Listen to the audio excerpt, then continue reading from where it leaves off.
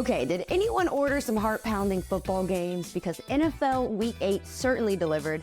And let's not waste any time and hop right into overreactions. Do you believe in miracles? Because holy moly, I think the Commanders do.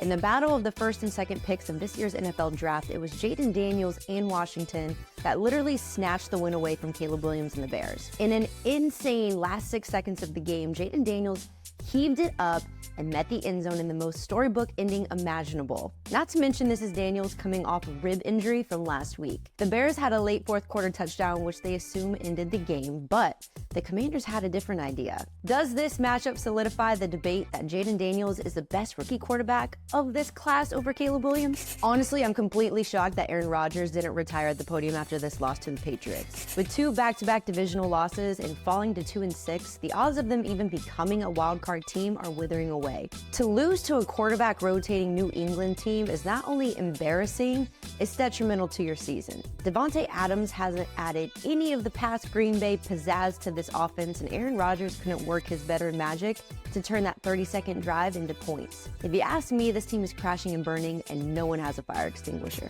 The creamsicle jerseys just weren't enough to save the Bucs this week from losing to the Falcons for the second time this year, taking a big knock to their NFC South title hopes. While Baker Mayfield leads the league in touchdowns and made it interesting with that last drive down the field, it just wasn't enough. The absence of Chris Godwin and Mike Evans is crystal clear, although I'm pretty impressed that Baker was able to hang in there without those offensive weapons. Even with the winning record, the Buccaneers need to look over their shoulder to make sure they secure that playoff spot. Talk about an exhilarating ending to a game. The Ravens lost to the Browns in shocking fashion, as Lamar Jackson in Baltimore just could not get it done against a divisional rival. Lamar ran all over that field, converting downs and setting up the offense, but just could not get those points on the board like they normally do.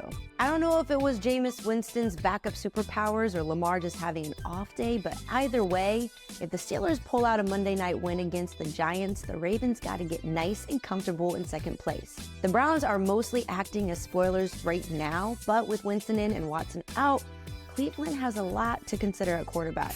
Let's be absolutely real right now. Who's really surprised to see the Cowboys lose to the 49ers? With your owner/GM going on the radio and threatening to fire the media just for having an opinion, we kind of all expected to continue to see the downfall of Dallas this season, and this one in prime time. The Niners were able to battle through their constant rotation of injuries they've been dealing with and got a much-needed win, giving them a little more edge within the NFC West. But can San Francisco come out of this 500 record to make another Super Bowl run?